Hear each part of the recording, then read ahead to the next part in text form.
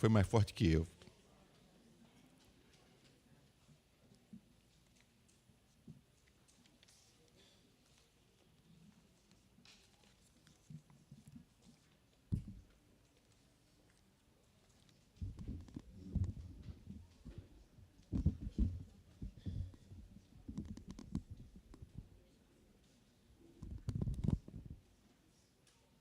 Obrigado, Danilo. Senhor nosso Deus e Pai, agradecemos o Senhor por esse momento. Senhor, que o Senhor tem nos dado aqui para celebrar, Senhor Deus, a nossa libertação. Oh, Senhor, aquele preço alto que foi vertido ali na cruz, preço sem igual, sangue do unigênito de Deus. Senhor, muito obrigado, Senhor. Oh, Senhor, esse unigênito que se tornou primogênito de muitos irmãos, isso somente por causa da Tua graça, do Teu amor, porque o Senhor é bom. Senhor, muito obrigado. Senhor, que a Tua bondade se estenda ainda nesse tempo aqui. Senhor Deus, em nós, em nossos corações. Senhor Deus, nos ajuda, Senhor, a ter um coração ávido por receber a Tua palavra. Nos ajuda a ter um coração, Senhor, disposto, Senhor Deus, a ceder ao Senhor, para que o Senhor fale a nós aqui. Senhor Deus, te agradecemos, pedindo em nome de Jesus. Amém. Irmãos,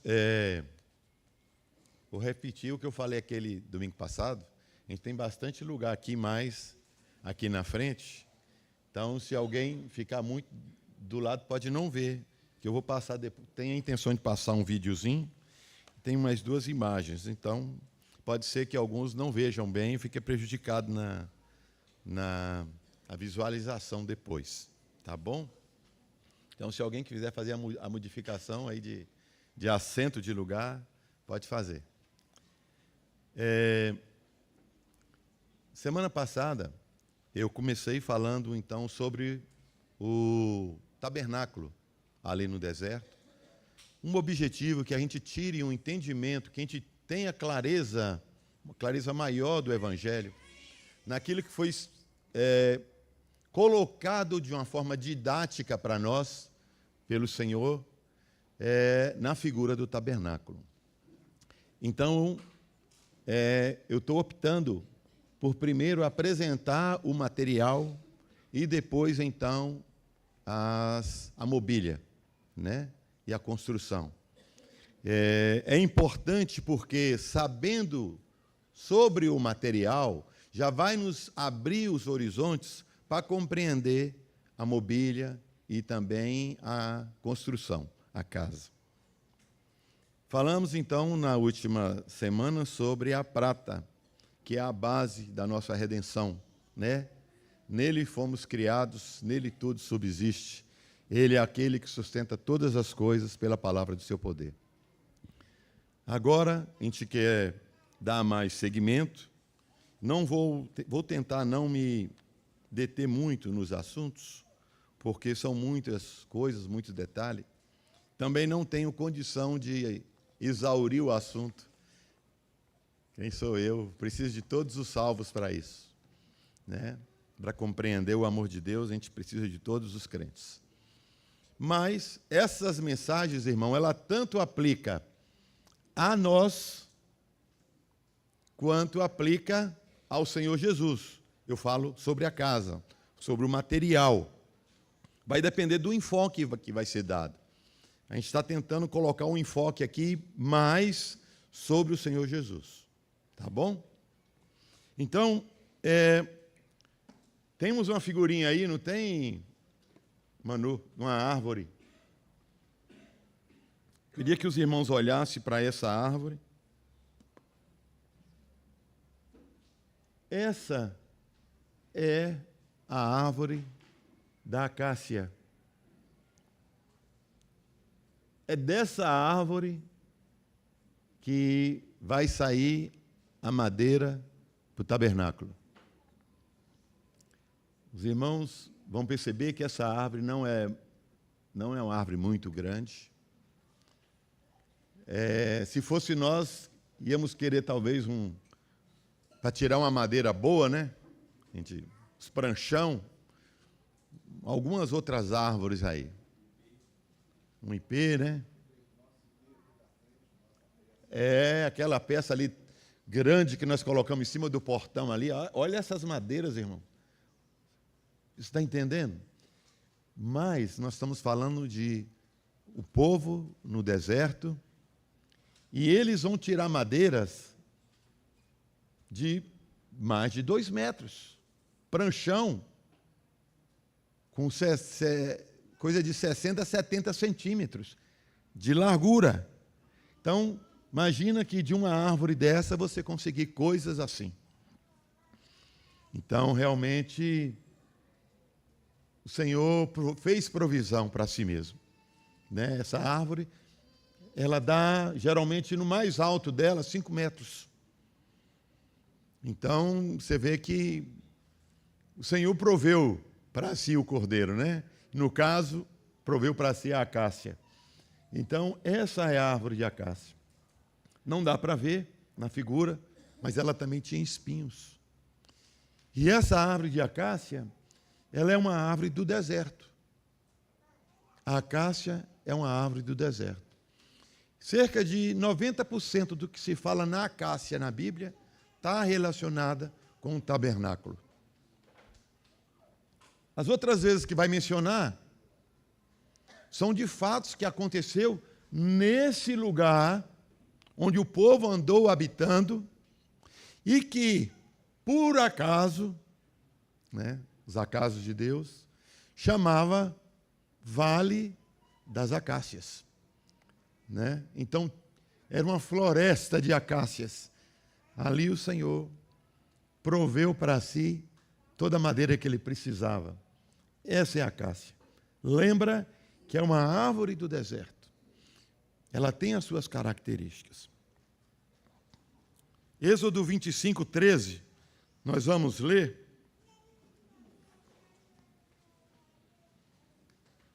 Diz assim, Êxodo 25, 13.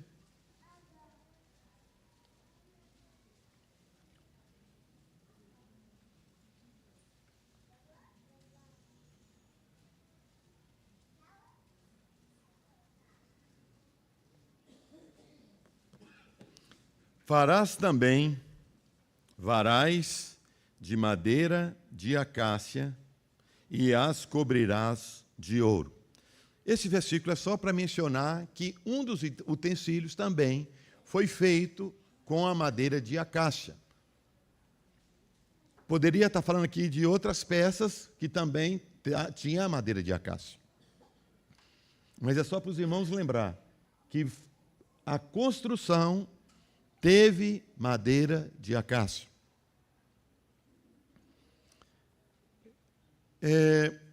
Em Josué 3, versículo 1, diz assim, Josué 3, versículo 1. Josué e todo o povo de Israel se levantaram de madrugada, deixaram o acampamento do vale Abel-Sitim. Sitim significa acácia. Deixaram o acampamento do vale de Abel-Sitim, das acácias.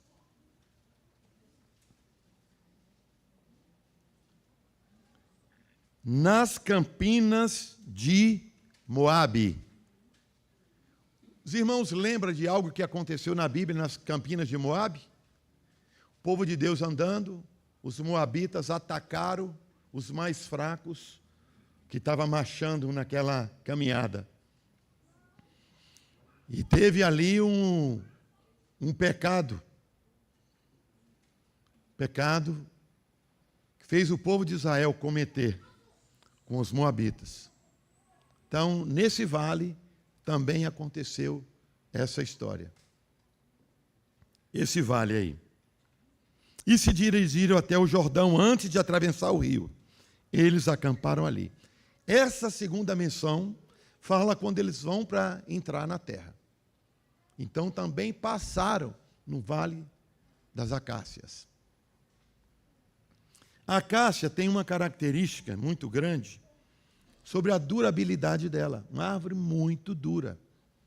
Tem um índice que mede a dureza da acácia. E ela está para mais de 1.200, se eu não me engano.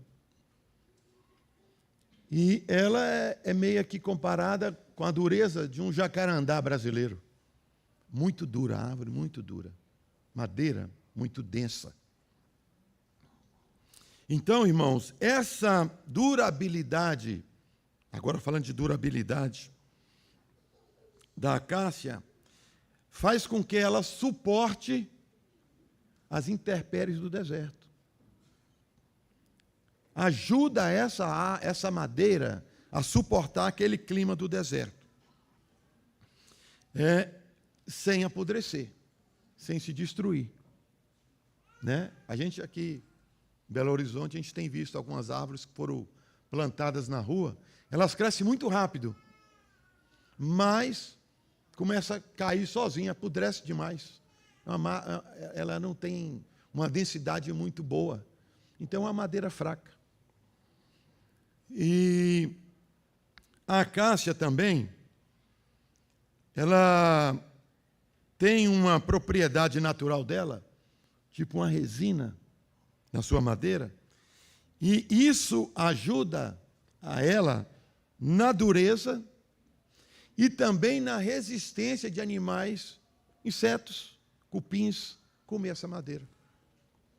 Então a acácia também tem essa proteção em si, essa resina na madeira, que faz com que o sabor dela para o cupim não seja bom. E para outros insetos. Sobre a densidade dela, né? Ela é forte o suficiente para poder conseguir, depois, carregar uma arca, por exemplo, com ouro e com mais utensílios dentro, sem se desfazer. Então, uma madeira nobre, uma madeira muito boa. 800 quilos por metro cúbico. Lincoln que vai saber melhor disso aí, de laje, esses trem que você... 800 quilos por metro cúbico é uma boa resistência, né? 600, 800, está nessa média. Então, é uma madeira bem resistente.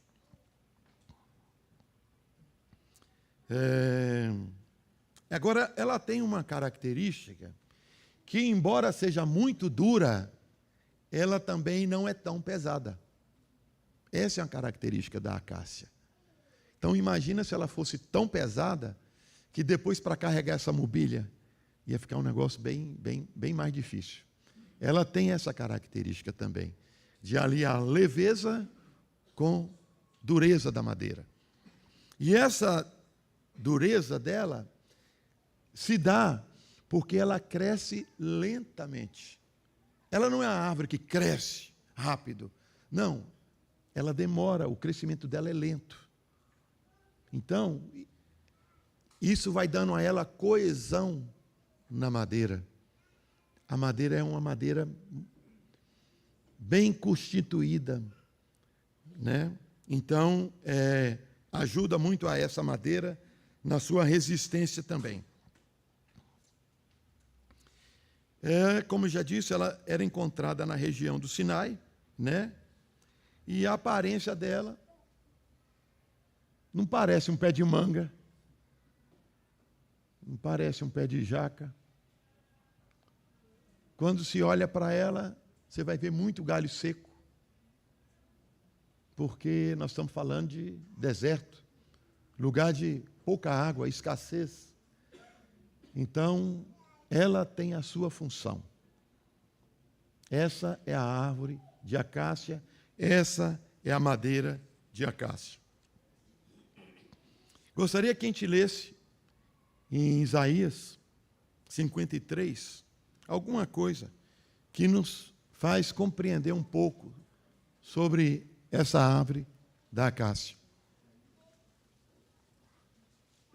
Isaías 53, vou ler com os irmãos, versículo 2 e versículo 3.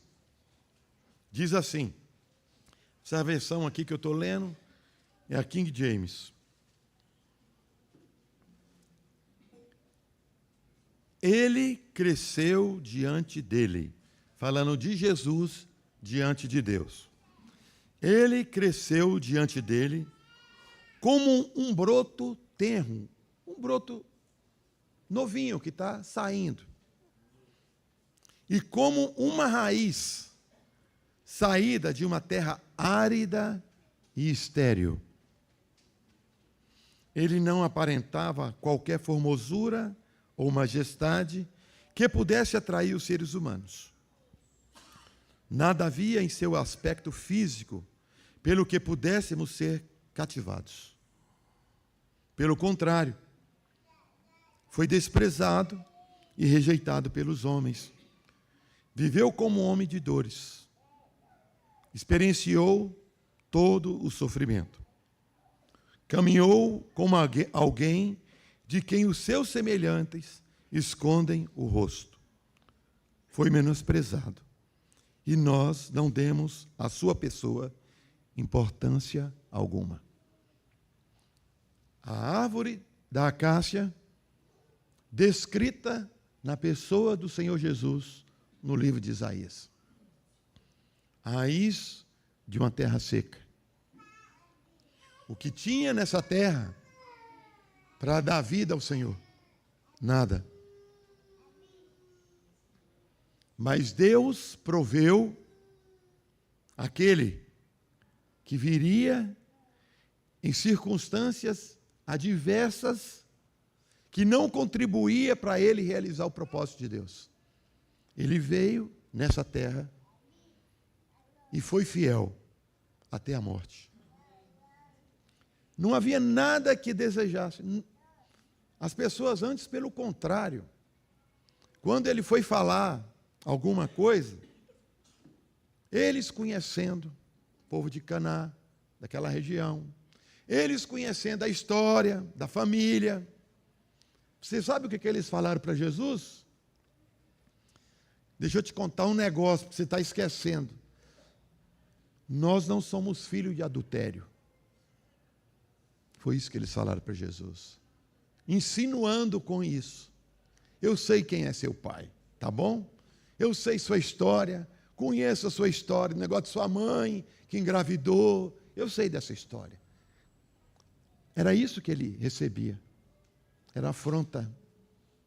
E ele não revidou com maldade, manifestou amor, mesmo em ambiente hostil.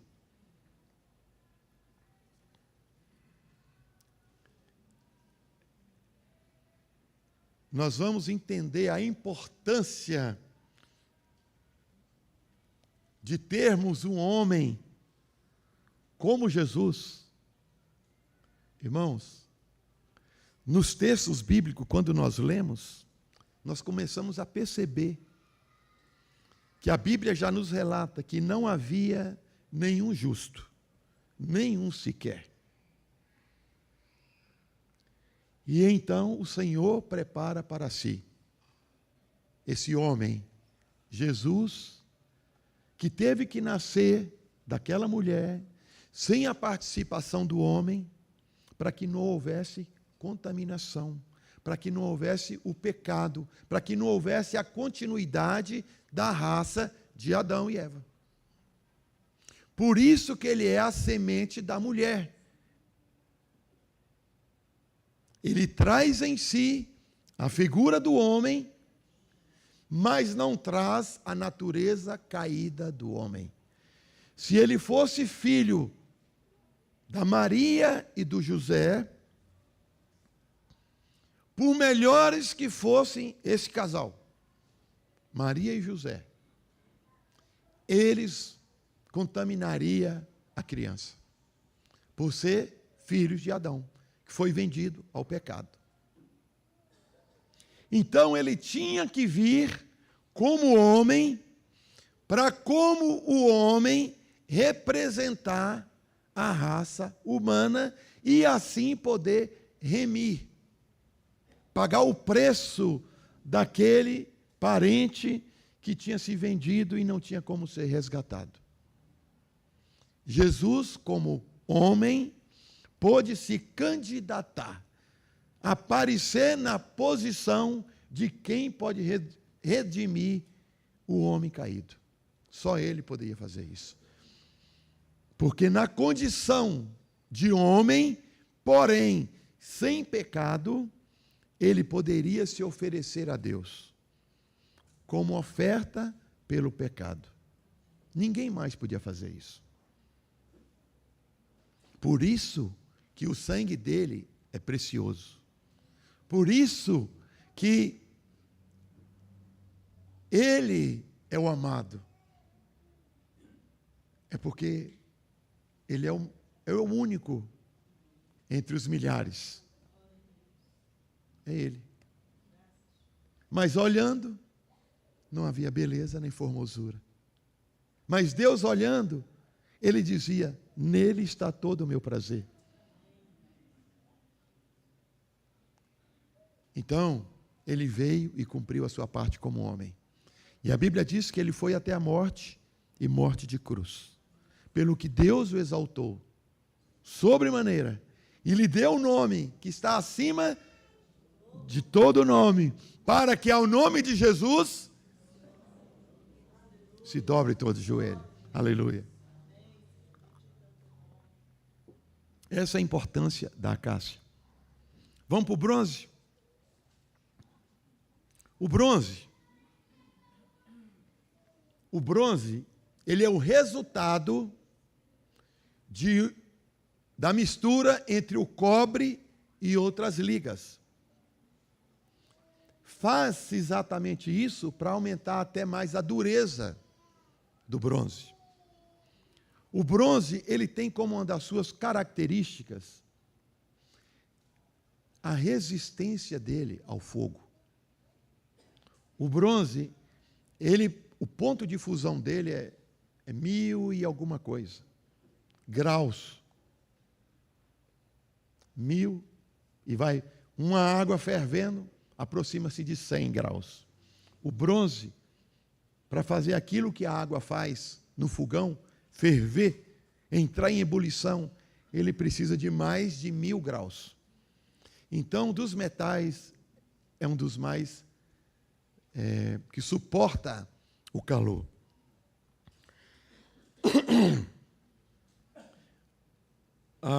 Geralmente, naquela região, misturava-se o estanho com o cobre para se chegar ao bronze, nessa dureza que se precisava. E quando a gente vê o bronze na Bíblia, ele, lendo os textos, ele vai trazer para nós a ideia de julgamento, resistência e purificação. A gente só vai ver isso quando lê os textos, que a gente vai ver na utilização do bronze. Antes, porém, queria lembrar para os irmãos, quando os israelitas no deserto pecaram, murmuraram contra o Senhor, e saiu uma praga de serpentes, e as serpentes começou a picar o povo, e o veneno era tão forte, que em pouco tempo as pessoas morriam.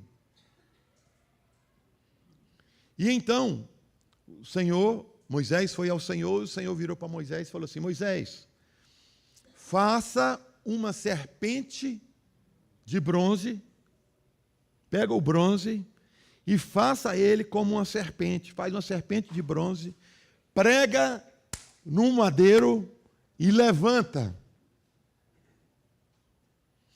Bota no meio do arraial. Todo aquele que for picado pela serpente, que olhar para aquela serpente de bronze levantada no madeiro, será curado.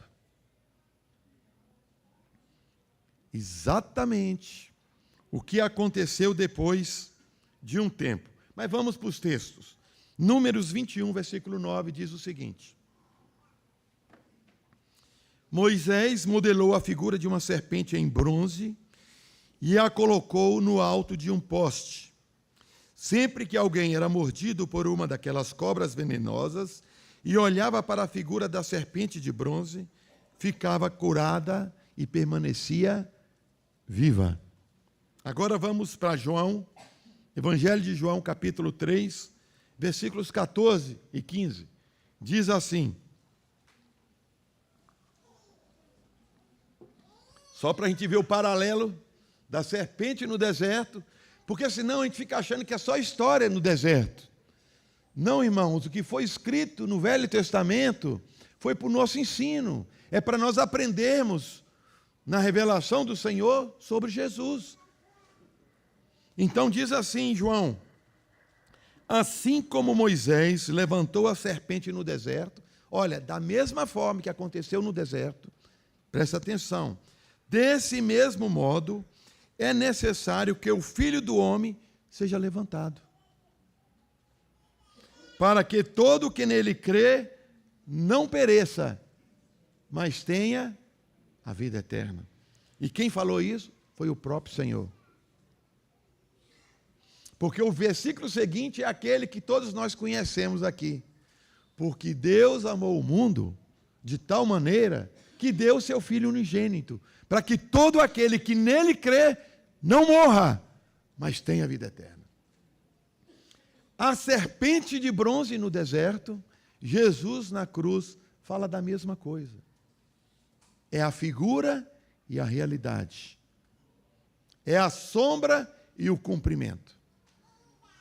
Jesus na cruz, como homem sem pecado, a cruz não era o lugar dele. A cruz era o nosso lugar, o lugar do pecador. Mas ele, para nos remir, se ofereceu e se deu ali na cruz. Então, na cruz, quem olhava para aquela cruz e via Jesus, falava, uai, o mineiro estava lá.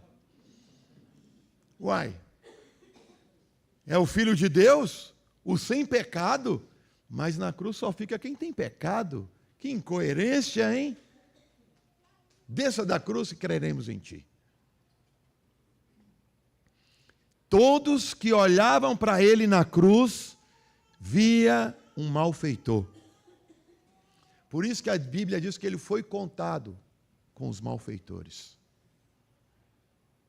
Ele foi feito maldito por nossa causa. Ele mesmo não era maldito, mas ele se fez maldição, para que a bênção de Deus chegasse a nós, para que o preço da redenção fosse pago. Mas lembra-se de uma coisa, a serpente era de que material? Bronze. Ele era o único capaz de suportar a ira de Deus e ressurgir dos mortos. Entendeu? Os demais não podiam fazer isso. Ficaram retidos no Hades. Ficaram retidos. Ele não. Quando ele desceu às profundezas,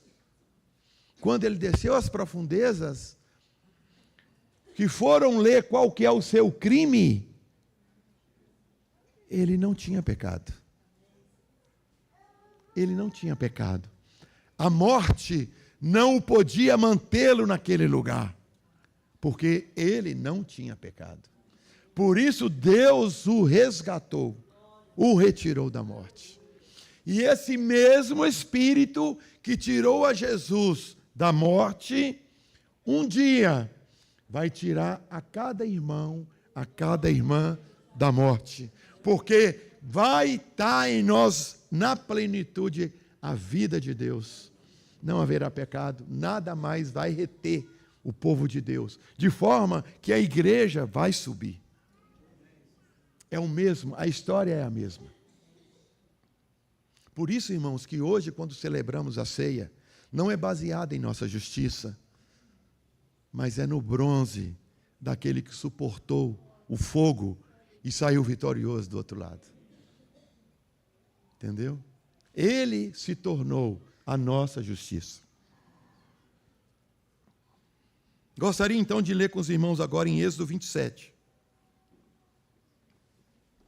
Versículo 1 e 2. Diz assim, lembra que eu estou lendo esse texto aqui, é só para os irmãos entenderem que o bronze estava na figura, tá bom? Quanto ao altar, o altar, imagina uma mesa como essa, só que ela é feita de madeira e bronze. Então, ela podia suportar o fogo e não ser destruída, não derreter. Quanto ao altar, farás de madeira de acácia, medindo 2 metros e 25 centímetros de largura, e o altar será quadrado. Sua altura será de 1 metro e 35 centímetros. Dos 4 lados farás pontas em forma de chifre, que formarão uma só peça com o altar. Aí, e o revestirás de bronze. Tem a madeira, mas madeira revestida. Jesus, mas Jesus que pode passar pela justiça de Deus e sair aprovado do outro lado. Ele não ficou na morte. Ele não tinha pecado. O fogo não o consumiu. A ira de Deus que veio sobre ele não acabou, não destruiu ele. Ele saiu vivo do outro lado. Por isso que o altar é de bronze.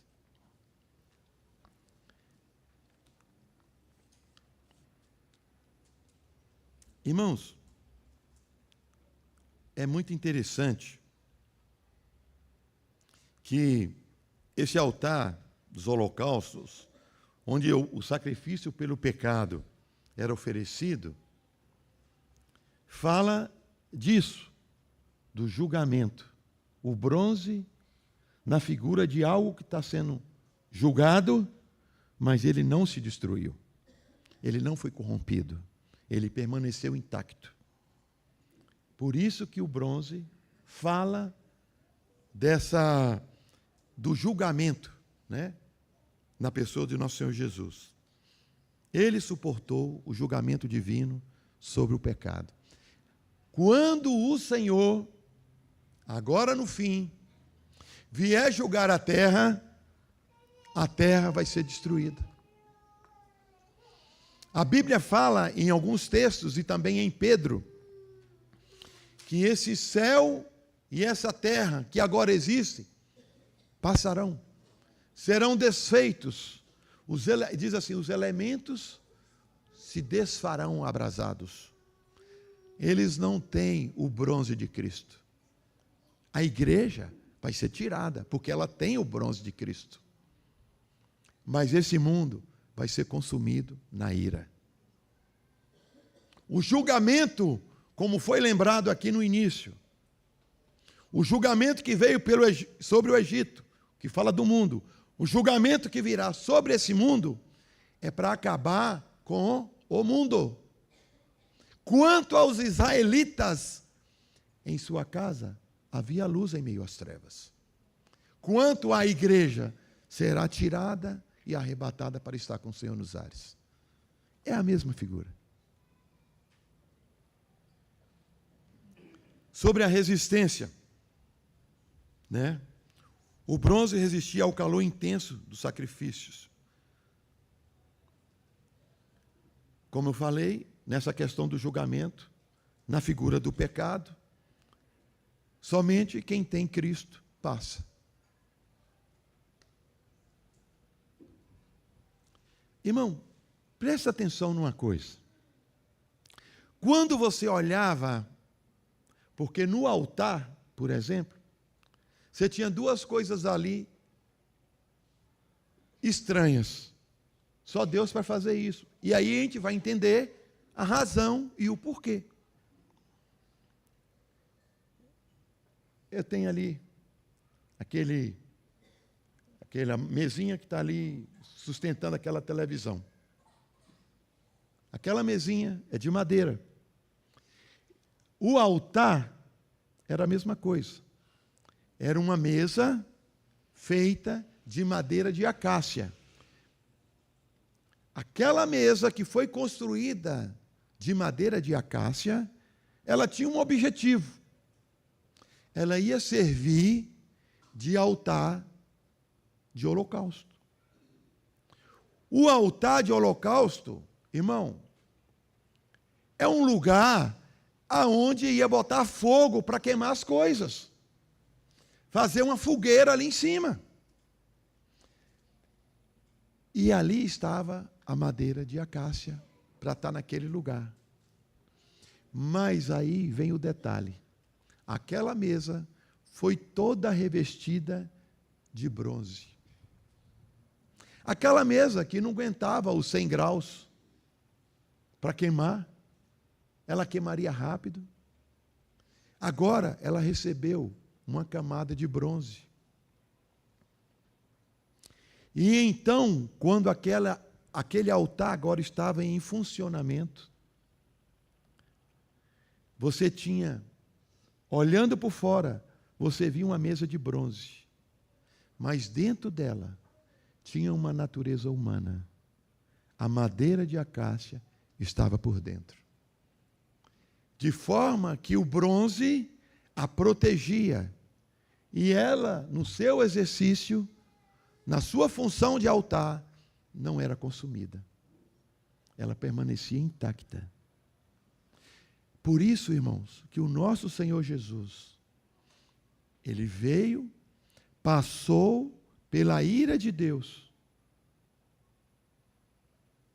Irmão, você entende aquele momento de Jesus no Getsemane? Quando ele começa a orar, Senhor, se for a tua vontade, Senhor, passa de mim esse cálice. Na verdade, é o contrário, ele pede para passar, mas se for a tua vontade, se não, faça-se a tua vontade. Ele estava sabendo de tudo que ia acontecer. Ele estava ali como madeira de acácia. Eu vou passar pelo julgamento. Eu vou passar pelo fogo. É isso mesmo. É isso mesmo. Os irmãos conhecem. Aquele momento foi tão tenso que o Senhor, a Bíblia relata que ele suou gotas como de sangue. Gotas de sangue. Não como de sangue, gotas de sangue. Pingou. A madeira está indo para o fogo. Mas, por intervenção de Deus, por ele ser o único sem pecado, existia sobre ele uma camada de bronze, que o capacitava a passar pela cruz como a serpente de bronze, e não ser destruído pelo fogo, pelo julgamento. Muito pelo contrário, dá vida a todos que olhassem para ela.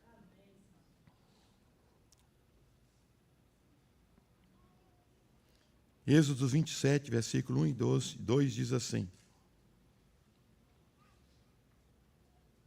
farás o altar de madeira de acácia, e no final diz, e o cobrirás de bronze. Jesus é esse que, olhando para ele, era um homem comum, mas ele não era um homem comum. Ele fechava uma raça e inaugurava uma outra. Ele é o último Adão. Ele é o segundo, na verdade, o segundo Adão, segundo Romanos. Ele é o cabeça da igreja, de todos que têm a mesma natureza que ele. Então, o bronze fala desse processo com Jesus. Também a gente pode ver em Êxodo 30, versículo 18 e 19, diz assim: farás também uma bacia de bronze. Presta atenção no detalhe, tá? Farás também uma bacia de bronze. Leia aquele versículo todo ali, irmãos. Vamos lá. Farás também uma bacia de bronze, com base igualmente de bronze, para se lavarem. Tu a colocarás entre a tenda do encontro e o altar, e a encherás de água. Você sabe qual que é o diferencial desse utensílio dos demais? Sabe qual é o diferencial? Não tem medida. Ele não tem medida. É a única peça do tabernáculo que não tem medida é a bacia de bronze. Isso fala para nós algo. Quando a gente for falar sobre ela, a gente volta no ponto. Mas é só para os irmãos entenderem que nesse instrumento, nesse mobiliário, não tem medidas. Mas ele é de bronze. Ele é de bronze. E ele está sendo utilizado ali como o quê? Como um instrumento de purificação. Quem ia oferecer o sacrifício, o sacerdote tinha que passar ali e se purificar primeiro, para depois entrar para dentro da tenda. Então, o bronze também fala de purificação. Em Apocalipse vai mostrar Jesus com os pés como de latão reluzente, que foi purificado pelo fogo. Agora ele brilha, né? É isso mesmo. Depois do bronze, tem o ouro. É outro elemento. O ouro na Bíblia, irmãos, ele representa o eterno, o divino, o puro, o glorioso, a majestade de Deus, a vida de Deus. O ouro na Bíblia traz esse significado. E se os irmãos atentarem, a gente pode ler aqui em Mateus, capítulo 2, versículo 11. Diz assim: os magos entrando na casa. Ao entrarem na casa, encontraram o menino com Maria, sua mãe, e prostrando-se o adoraram. Se o adoraram, é porque é o único digno de receber adoração. Então já sabemos da divindade dele. Por isso que um dos presentes que ele recebe é ouro. E o adoraram. Então abriram seus tesouros e lhes ofertaram presentes. O primeiro, ouro, incenso e mirra, que vai falar de tudo que vai acontecer com aquele menino. Mas a primeira coisa que fala sobre o menino é ouro. Esse menino é ouro. A natureza dele é santa. Ele é puro. A natureza dele é ouro. Presta atenção para a gente ir formando na nossa mente uma imagem. O átrio exterior, aquela cerca, lembra? O que se encontrava ali como a base? O bronze. Naquele lugar, o que você tinha desses metais? O bronze. A bacia é de bronze. O altar é revestido de bronze. Então, só para ajudar a gente a entender, é o seguinte: de fora para dentro. De fora para dentro. Quanto mais você entra para dentro, mais o metal é mais caro. Você começa com o tecido, vem para o bronze, depois você vai para lá para dentro. Você tem agora prata, ouro e madeira. Quando você entra no Santo dos Santos, o que é que tem lá dentro? Só ouro. É ouro. Então, essa é a caminhada. Essa é a nossa caminhada. Daqui da terra para o céu. Passando as intempéries da terra, mas rumo ao céu. E lá receberemos o nosso corpo de glória. É um caminhar. É do pano, madeira, bronze, prata e ouro. É um caminhar. É ascendente, é subindo.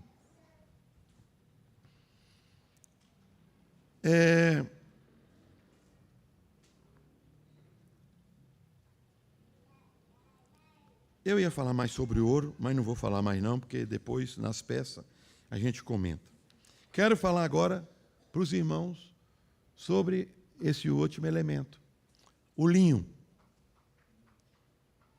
Eu gostaria que os irmãos visse o vídeo. Nesse vídeo, eu vou estar mostrando para os irmãos como que se faz o linho. Então, é bom os irmãos entenderem como se faz o linho. Porque o linho vai estar ali, né? Tem uma coisa aqui que muitas irmãs comem quase todo dia, né? Linhaça. A linhaça é a semente do linho. Então, quando vocês estão comendo linhaça, vocês estão revestindo por dentro com linho.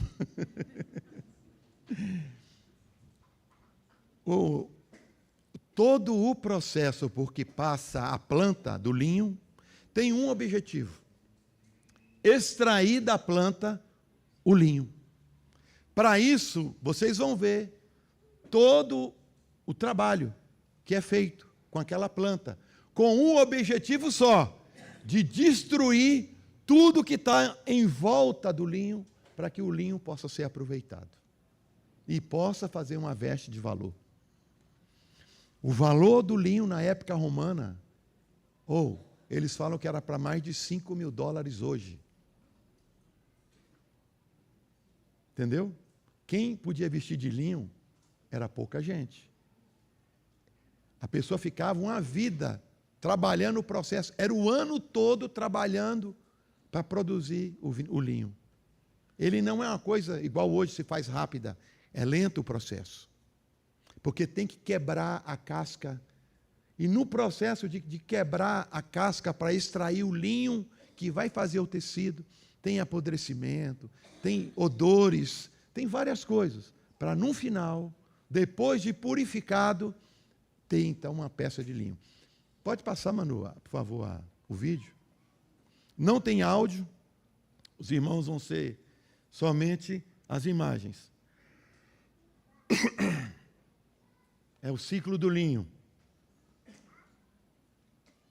Primeiramente, o processo é aquele processo de semeadura. Então, toda a terra tem que ser preparada. Depois de preparada, as terras têm que ser...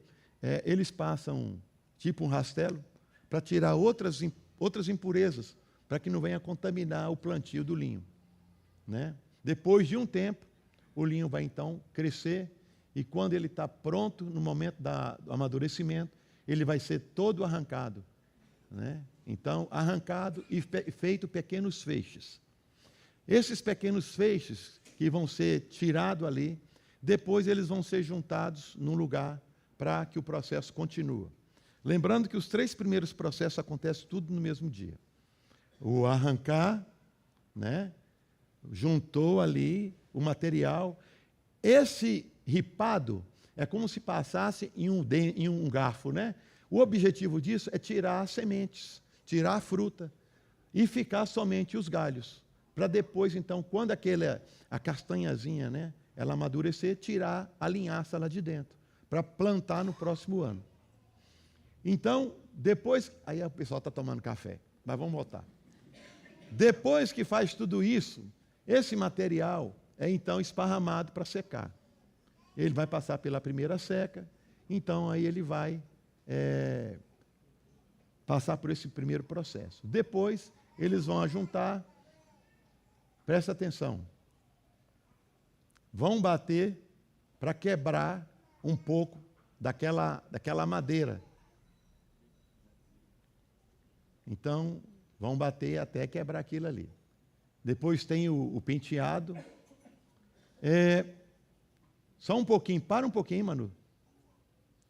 Não mostrou aí, não sei por que situação que passou, quando se colhe ele e faz os feixes, junta os feixes pequenos e faz um feixe maior. Pega aquele feixe maior e coloca ele dentro de água. Mostrou? Ah, foi rápido demais que eu nem vi direito. Então, coloca ele dentro da água. Qual o objetivo? Fica ali em torno de 15 dias dentro da água. O objetivo é que aquela casca apodreça. E quando ela apodreça, voltando então ao secar, que ele vai secar de novo, aí então eles vão bater. Aquele processo de bater é para quebrar o resto da casca. E então eles vão pegar aquilo que sobrou e vão de novo passar naquele pente lá, vai passar para tirar as impurezas. Aí você vai ver que ela está passando algo do lado, exatamente para remover as impurezas, que o objetivo é sobrar somente o linho. Então, continua ali. Aí, depois que esse material está pronto, olha lá, vai passar de novo. O objetivo ali é o seguinte, tirar os pequenininhos para deixar somente o linho maior, porque o linho maior é o precioso. Depois, então, vai fiar, fazer o cordão, vai trançar o cordão para dar dureza e condição de fazer a roupa. Depois passa nesse outro material ali, pega aqueles rolos, coloca numa água quente, coloca a cinza, e a cinza vai fazer esse processo de lixiviação, limpeza, purificação, ele vai ficar branco. E esse processo se repete até que ele fique branco. Quando ele atingir a brancura, pega ele então, leva para o tear. No tear então vai ser feito o tecido. Agora o tecido é valioso, né? Num pedacinho de 38 por 40 de lenço, tinha mais de 4 quilômetros de linha esticada. Tudo feito com essa madeira. Então você está vendo que o linho ele passa por um processo muito forte para chegar a ser algo que tem valor. Para chegar a ser algo que tem valor. Então, presta atenção comigo aqui, o que está escrito em Daniel, capítulo 11, versículo 35. E alguns dos entendidos aqui você entenda, salvos, tá? Para a nossa linguagem de hoje. E alguns dos entendidos cairão aqui, entenda, morrer. Para serem, o quê? Provados, purificados, entendeu? E embranquecidos. Existe um processo que está sendo feito com a igreja de Deus hoje, e sempre foi assim. Até ao fim do tempo, ou seja, a cristandade, o povo de Deus está passando por esse processo de purificação, de clareamento, para que um dia possa ter vestes alvas. Porque será ainda para um tempo determinado o final. Mas o processo é para toda a igreja. Não é para destruição, e sim para ser útil, para ser algo de valor. Irmão, as lutas que nós, servindo ao Senhor, passamos, têm um fim proveitoso. E esse fim proveitoso é tornar a cada um de nós algo de valor. O processo, se você pega uma planta de linho, você joga no fogo, não tem valor. Mas se ele passa por todo o processo e se junta com outros pedaços de linho, ele pode vir a fazer parte de uma grande peça de linho. Assim é a igreja, que está sendo edificada.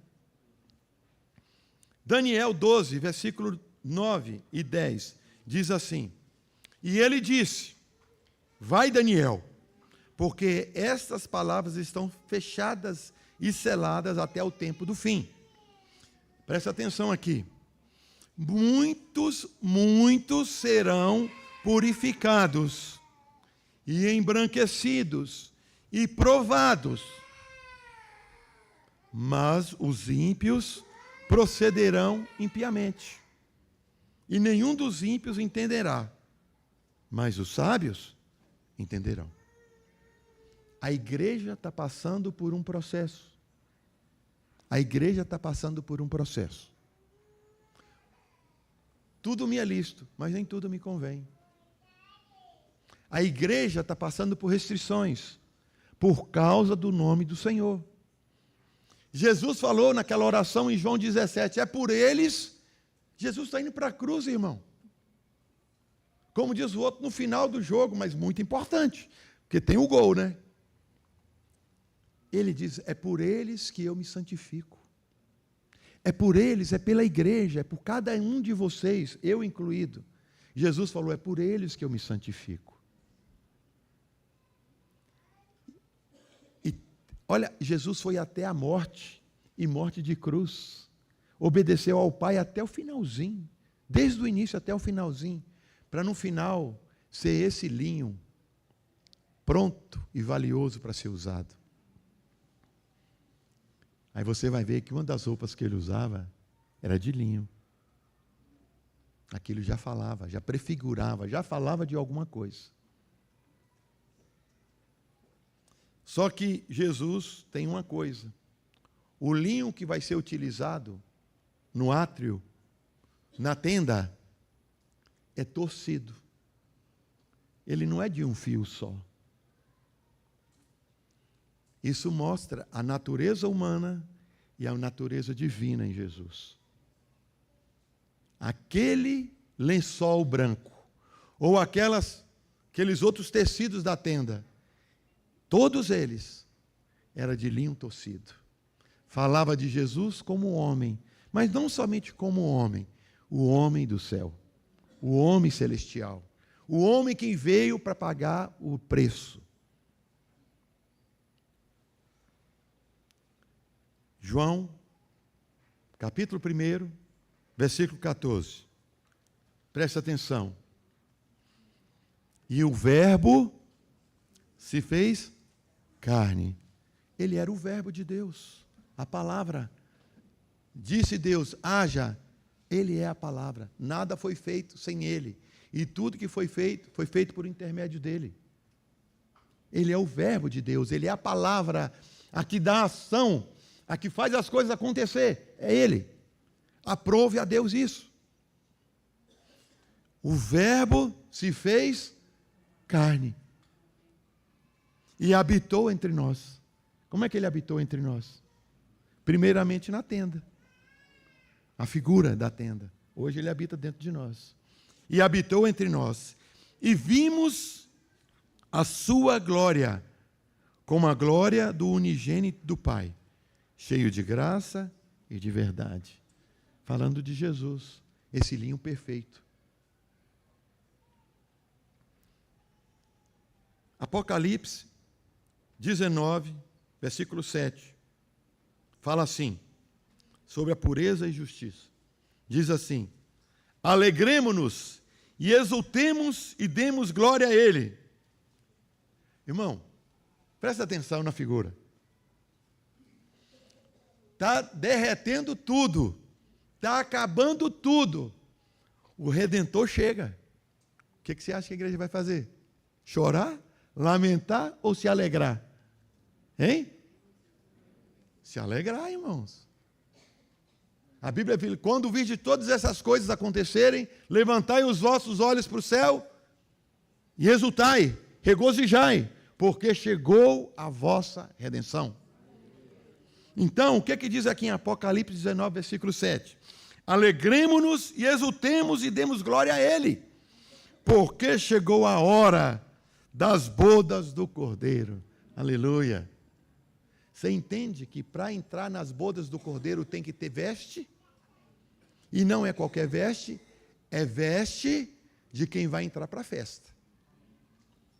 Não é veste de trabalho, é veste de quem vai gozar daquela festa. É um convidado de honra. As vestes têm que estar prontas para aquele evento.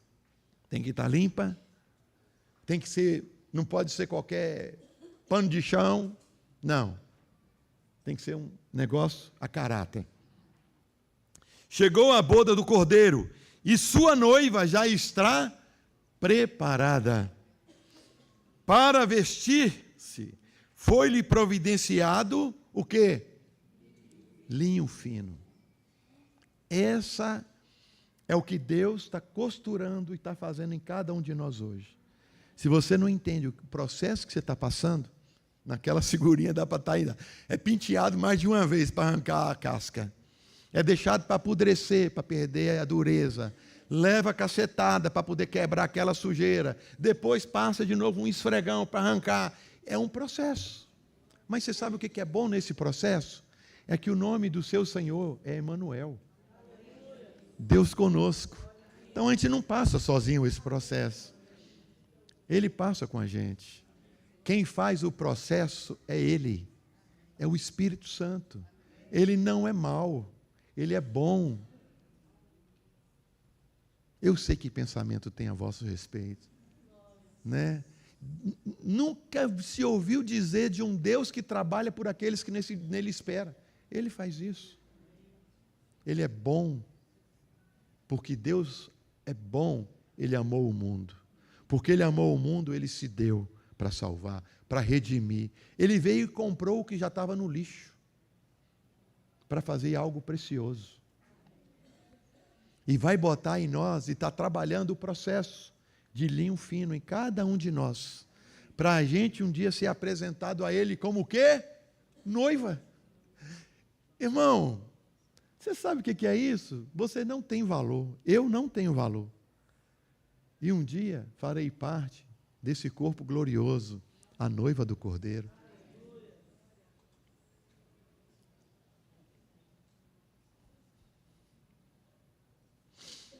Irmão, isso é maravilhoso. O que Deus está fazendo hoje, esse trabalhar na vida de cada um dos irmãos, faz parte de um projeto. É muito tecido de linho que precisa para fazer aquela tenda.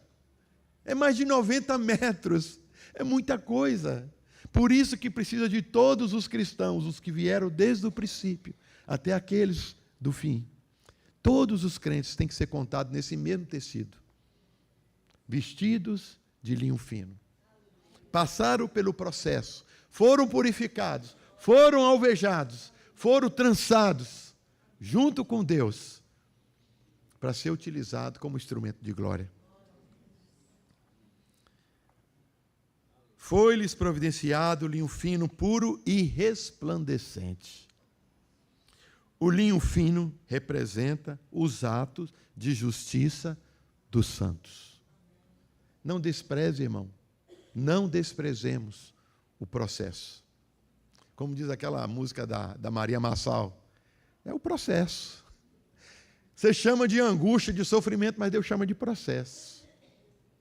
É o processo.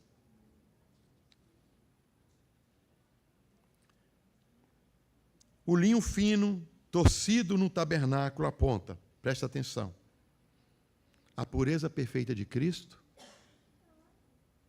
a justiça sem mistura, a força e a unidade da sua natureza divina e humana, a vestimenta dos santos, que é recebida por graça e não pelas nossas obras naturais, a obra cuidadosa de Deus em cada filho seu, fiando-nos com um propósito eterno.